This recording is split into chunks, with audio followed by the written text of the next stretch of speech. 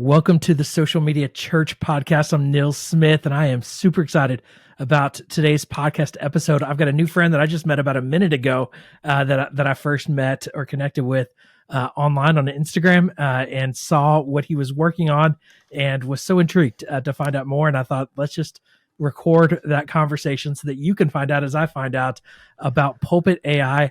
And so we've got Michael from Pulpit AI with us. Michael, thanks for joining us. Nils, man, thanks for having me. This is exciting. It's fun to be here. Thanks for inviting me on. Of course. And Michael, tell us a little bit before we jump into Pulpit AI. Tell us a little bit about you. Tell us your background and what you've done leading up to this new project that you're working on. Yeah, man. I live in Los Angeles currently. Been here about 14 years. Started my career I have always kind of done two tracks, sort of like entrepreneurship and ministry. Kind of got saved when I was 13. All I was ever going to do was pastoral ministry. And the church I was a part of in Texas, where I grew up, I was kind of like working there during Bible college. The church went through kind of a massive blow up and just kind of said, hey, if this is ministry, I don't want anything to do with it. So I hightailed it out west.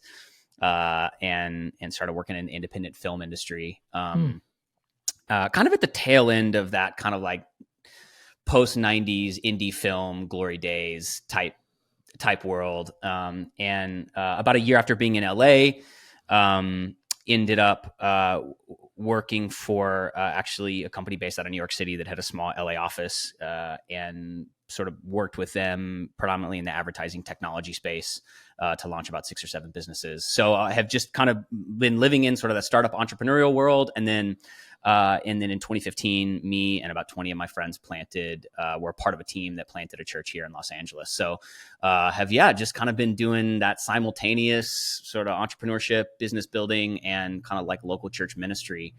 That's kind of been the last, 14 years or so. So.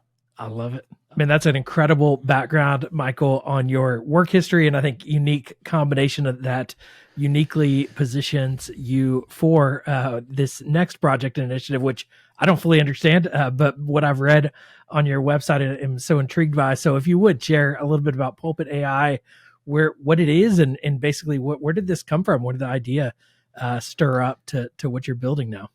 Yeah. So, we're still, in such the beginning stages of this. It's been kind of such a fun journey. So right now what Pulpit AI does is it takes sermon audio, and you upload it to the platform and it repurposes it into, various kinds of content. So, our tech stack is, we have a proprietary neural network, that has been built and developed specifically around extracting whole ideas from audio.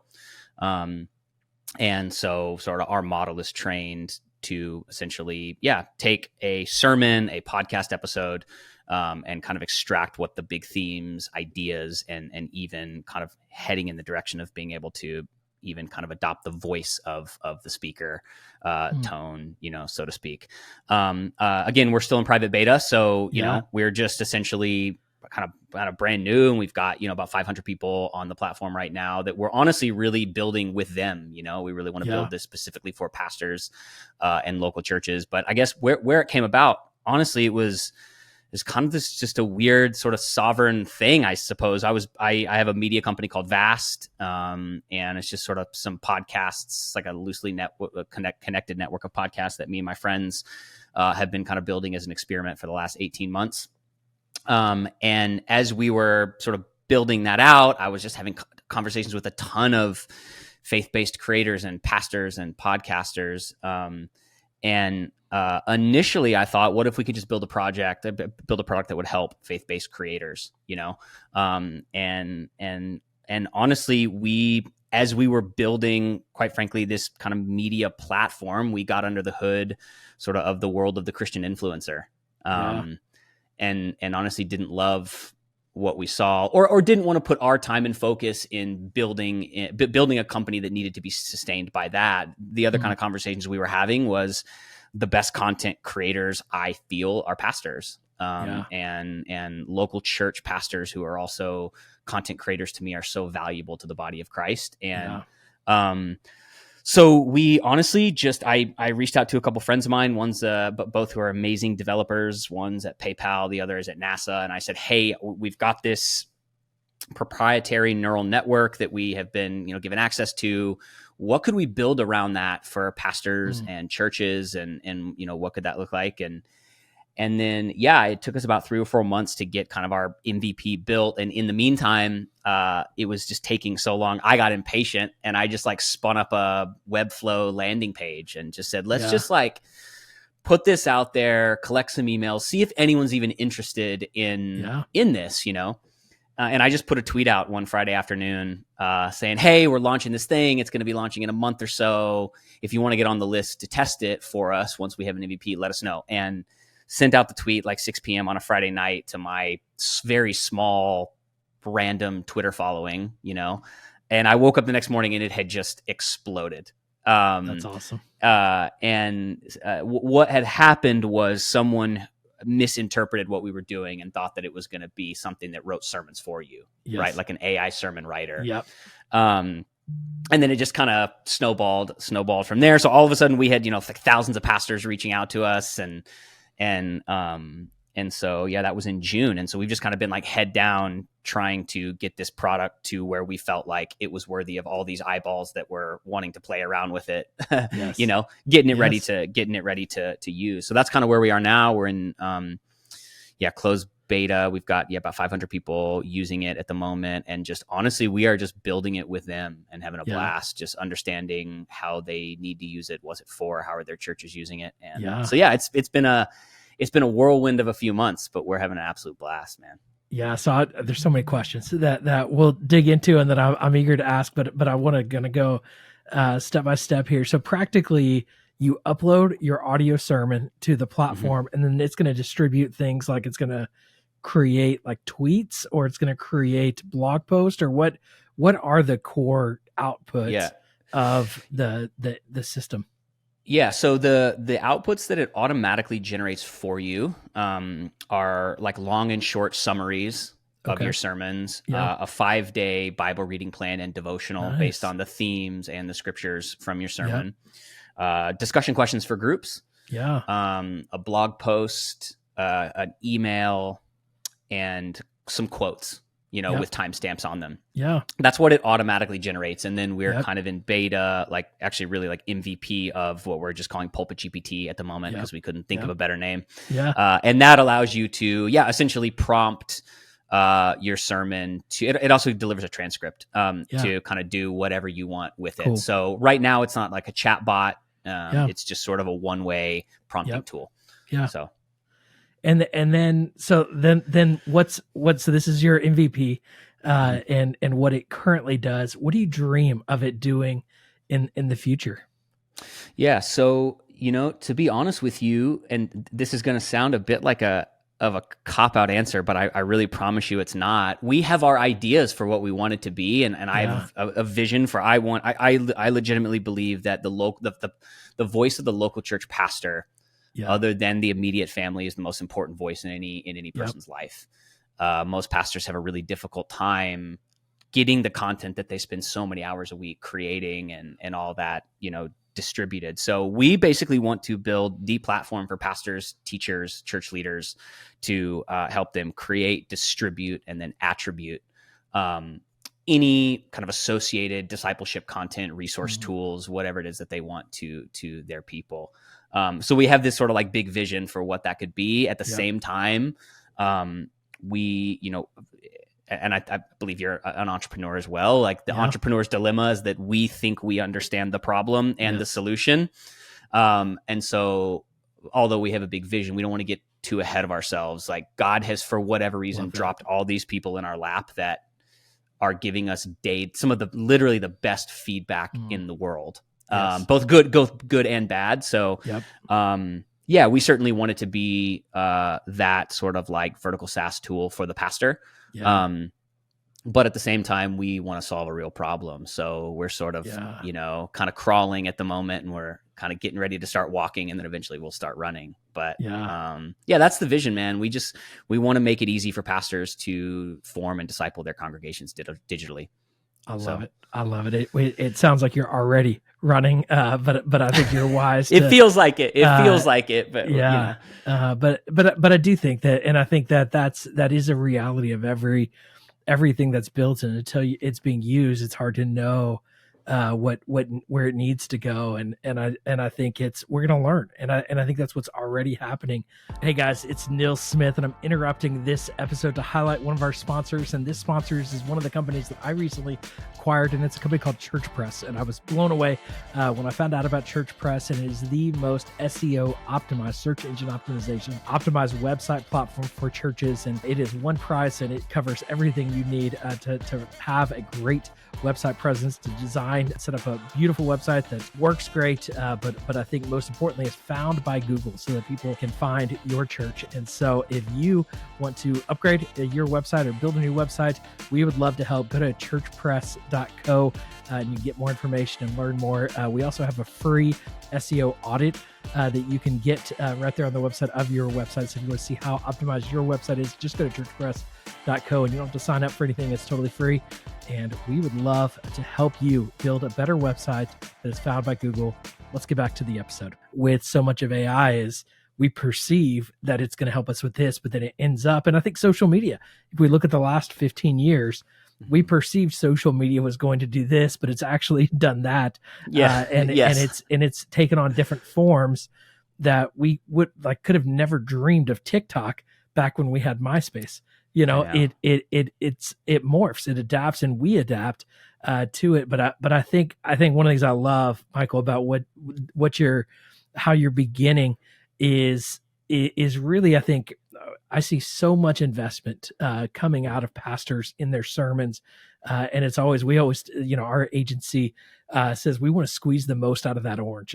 So when it comes to creating clips, when it comes to packaging it for YouTube, putting it on a podcast, and I hear what you're doing is using this AI to then create discussion questions, to transcribe it, to do some of those functions that practically would have taken a full-time employee to do, and you really couldn't justify that level of investment. Maybe you had a volunteer that could do it, but now you can use the AI, likely mixed with human, development and interaction. And I think that I love the approach that you've taken. What I also love, Michael, is to hear that so many pastors have jumped at the opportunity, because what I've experienced is with social media in particular, that pastors have often begun with an approach of fear or anxiety. And I think one of the things I've even seen in the last, couple of years is pastors over investing in the metaverse, or over investing in some new technologies where, look, we kind of need to crawl into these spaces to learn and then understand how it integrates into our ministry. We don't need to force AI into our ministries. We need to steadily integrate it into our ministries. And it sounds like Pulpit AI is going to be a great tool that you can grow alongside. And so you can use it tangibly in these ways right now. But then there's going to be a phase 2 and a phase 3 that you can integrate if it makes sense to integrate those new developments into your ministry.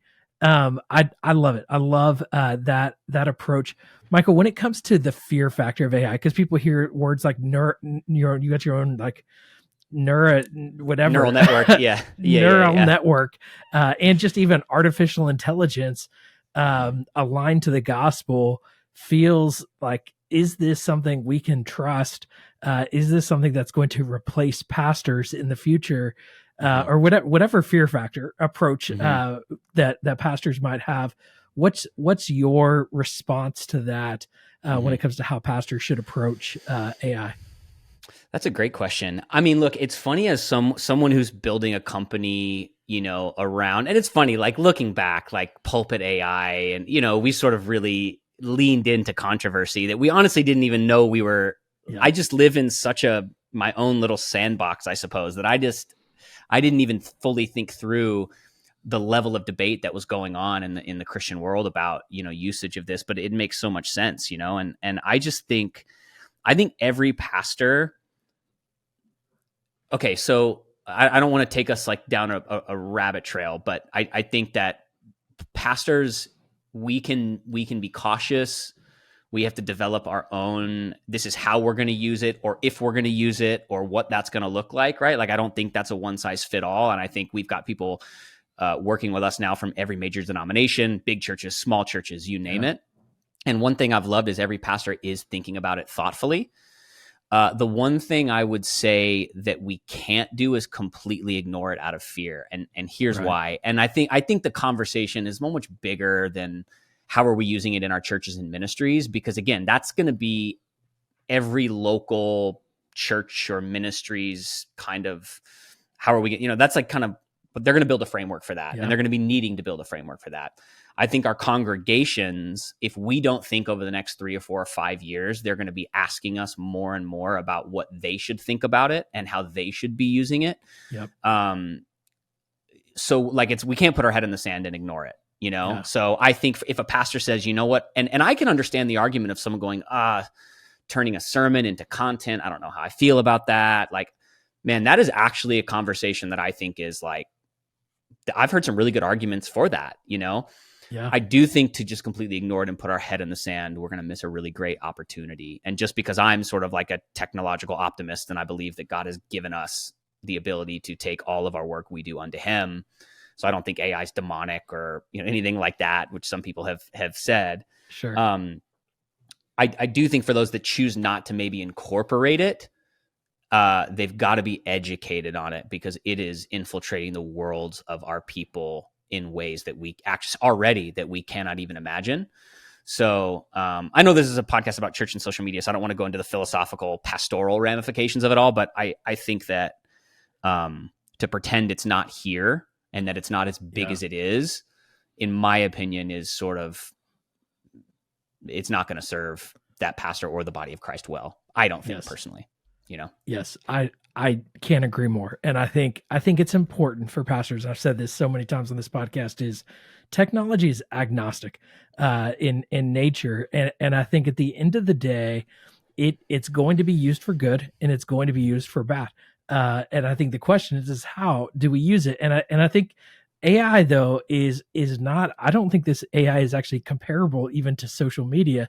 I think AI is more comparable to the internet. Mm-hmm. And so I think you could compare things like the metaverse to social media. And is this kind of a trend that people, because your church has been able to function without social media. I think it's an add-on, a bonus.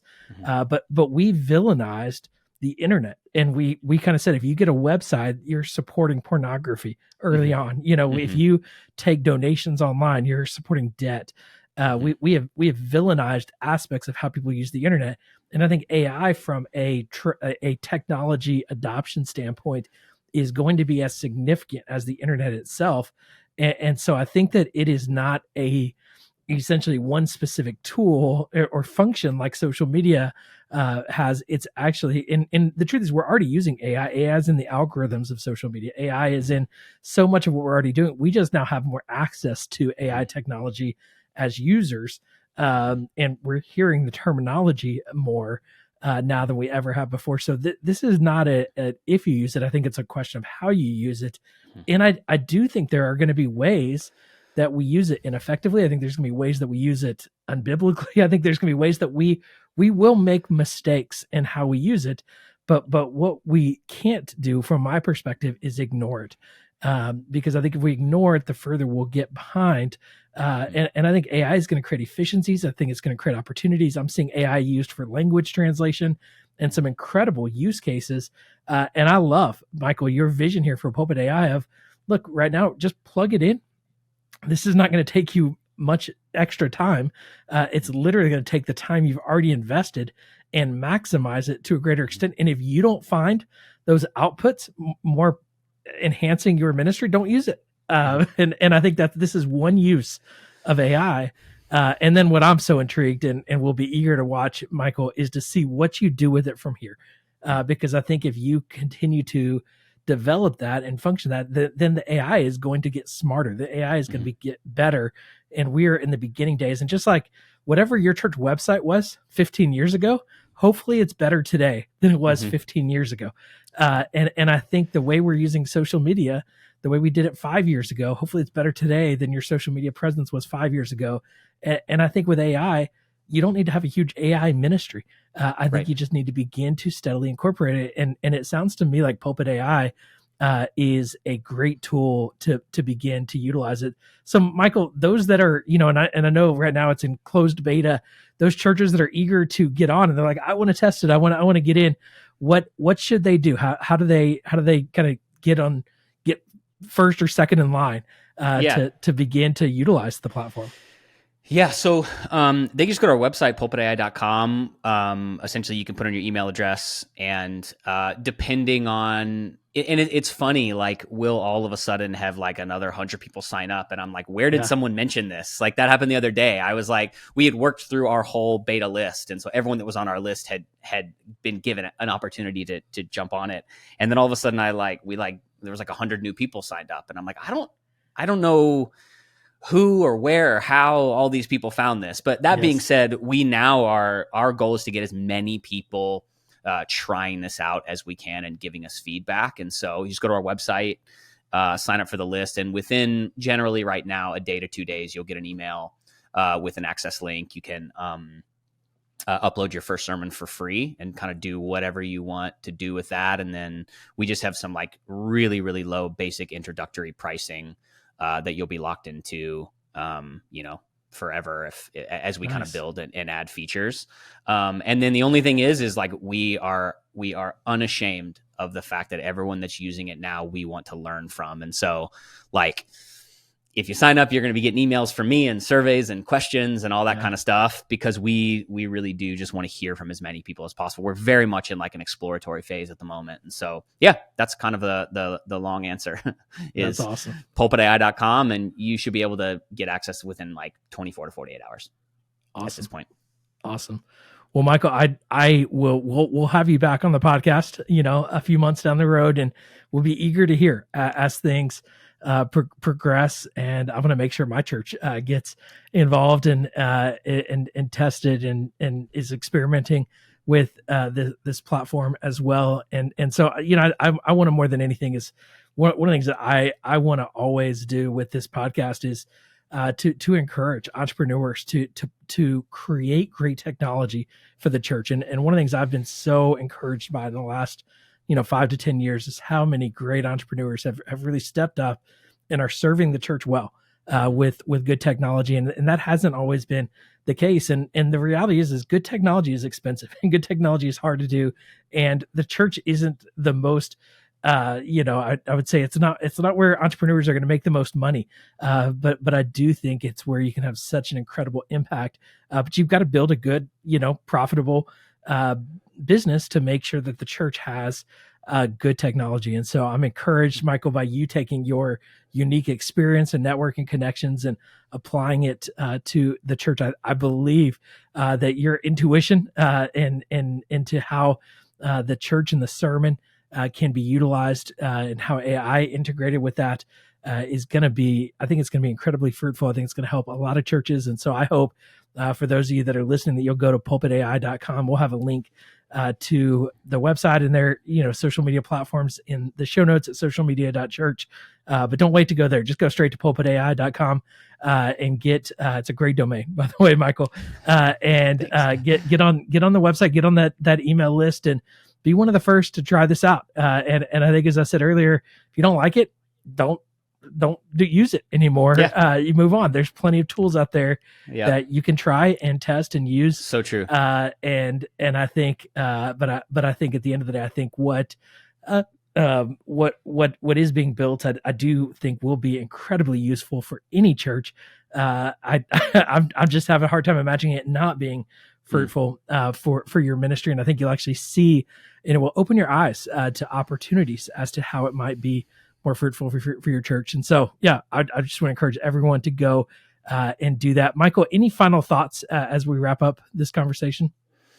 Yeah, I mean, I would just say, first of all, thanks for having me. This has been awesome. And it's been so cool to just see the body of Christ at large and how they're talking about and using and thinking about kind of all of this new technology. But I think I would just, say, kind of double down on exactly what you said, is like, if you're a builder, an entrepreneur, a Christian, like, if I have learned anything in the last few months of just talking to hundreds and hundreds of pastors, is that, like, there are so many tools that still need to be built and so many things Yep. that still need to be done. And I think you're totally right on. I think like the church has a mandate to, someone is going to build.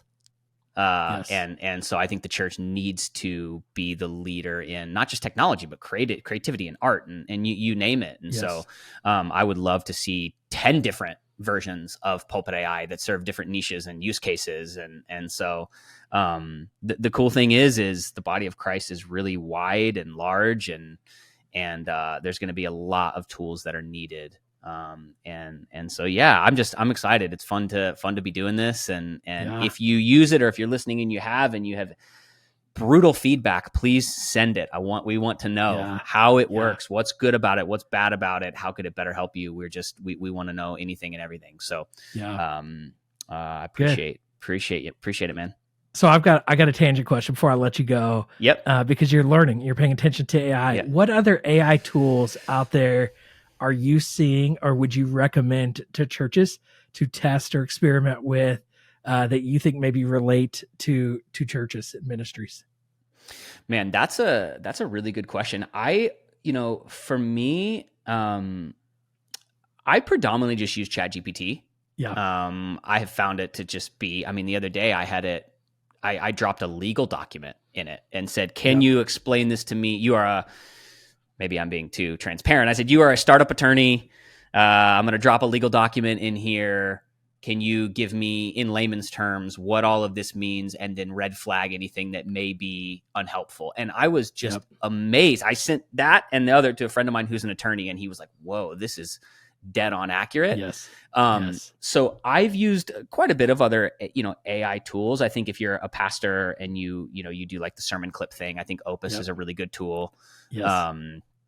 There's some things without, again, taking us down a different road, I think, and I've said this before, I think if our church adoption of AI is to help us go viral, I think we've missed the point. So I think if you're going to, but I do think Opus is great. We use it. Yep. It's great. Just to highlight that real quick, he's talking about Opus Pro.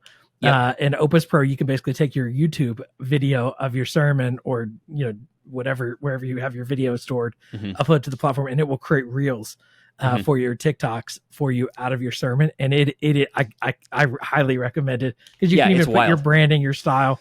Is a $20 a month or something. It's just really cost effective for what it can create out of your. So what you're doing with audio, I feel like in some ways Opus kind of does in a different way with video. So I definitely recommend ChatGPT. Is definitely a good go-to. I'm a Bard guy. Are you a Bard? But I need to spend more time on it. Standard. I'm a man of habit. I've heard amazing things about Bard though. And need to use that more. I think I've just gotten, that was what I started with, but I just have fun experimenting. It's wild, especially with some of the new updates, and it's incredible. So there are so many unique and great tools out there, and I don't have a platform to recommend for it. I mentioned language translation before. Maybe the platform I'll recommend is a platform called Multitude, and it's TOOD. And they use an integration of humans and AI to do language translation. And it's Nick Vujicic, my friend, created it, and he's doing some neat stuff with there. But there are so many great opportunities for using AI to accomplish your ministry goals. And I think there's things to even check your grammar, copywriting tools, and there's just so many great tools that are. If you're a writer, there's one a friend of mine launched called Lex. I think it's Lex.ai. And it's essentially like a AI. It's like a word processor. Very cool. And predominantly for like journalists and more like long form writers. But if you're like a blogger, writer, that one is amazing. So there's so many of them. There's so many. Yeah. It's fun. So Michael, thank you for sharing those insights. And everyone, thank you so much for listening to this episode. Again, pulpitai.com. Check that out. I just found out about it as you're finding out about it. And so this is in no way a sponsored video. I don't know anything about the tool, and I just met Michael 30 minutes ago. But I am fired up about this tool and fired up about the innovation that is happening in the church and the innovators and entrepreneurs that are serving the church effectively. And so I can't wait to see how this develops. Thank you so much for listening. Go to socialmedia.church for the show notes. And if you would, leave a rating or review wherever it is you're listening on Apple Podcasts, Spotify, any of those platforms we are on. And we appreciate listening. We'll talk to you again on the next episode.